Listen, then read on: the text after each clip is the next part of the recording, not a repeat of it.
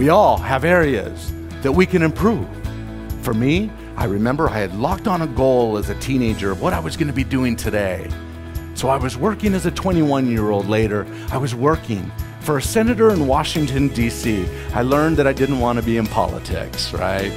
But I remember as I worked in the Dirksen building, I would drive every night at 6 o'clock when the buildings closed, and I would drive across the Potomac River. I would drive over to Crystal City, where I lived in an apartment I shared with another roommate. 3 times a week, because I was constantly listening to motivational tapes. I was trying to learn, I was trying to grow. So 3 times a week, when it would reach midnight, I would then wake up, and I would walk 3 blocks down to the Crystal City Marriott Hotel. The ballrooms in that hotel, it's a huge Marriott hotel, are on the 2nd floor. And at midnight, I would walk in. I thought, if I'm ever going to do this job, I better be good.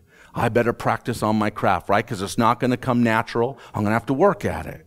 And so I would march over there, and I would go up to the 2nd floor. The lights would be off like in a room like this. There would be a platform set up for a conference the next day. I would come in, close the door behind me, turn on the light, walk up to the stage. I would grab a marker or something that I could pretend was my microphone, and I would begin to speak to my imagined audience. Can I tell you something? Those days of showing up there, I gave some of my best speeches then. I'm telling you, I remember a few nights went by, some of the workers, the janitors, opened the door wondering why the lights were on. They see me standing up there talking to my imagined audience, thought I was a little crazy. They just walked on. About the 3rd day, I said, hey, come on in. Why don't you listen to some of my stories? They came in and sat down. I remember them. I can see it. They were right in front of me, right by the light switch, right? And I would practice that latest story that I heard.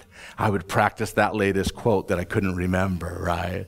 I would practice and practice and practice until I got it, until I got the rhythm down, until I got the smoothness down. That is critical.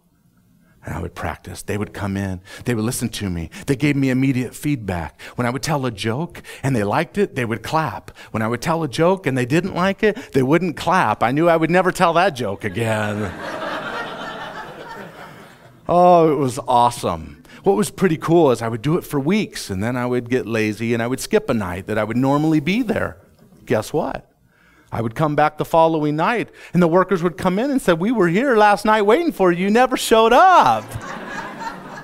Oh, man, those were great times as I tried to hone my craft and my skill, and I only turn to you and share that for you so that you go home tonight, and when you wake up tomorrow morning, and figure out what is an area that you need to improve. For some of you, particularly in sales, it will require you to be better listeners.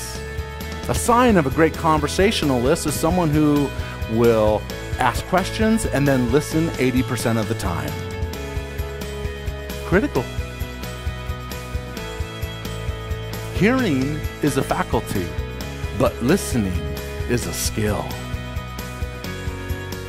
Big difference. Difference in philosophy. Make sure that you master the art of listening. It's a powerful tool in the art of persuasion.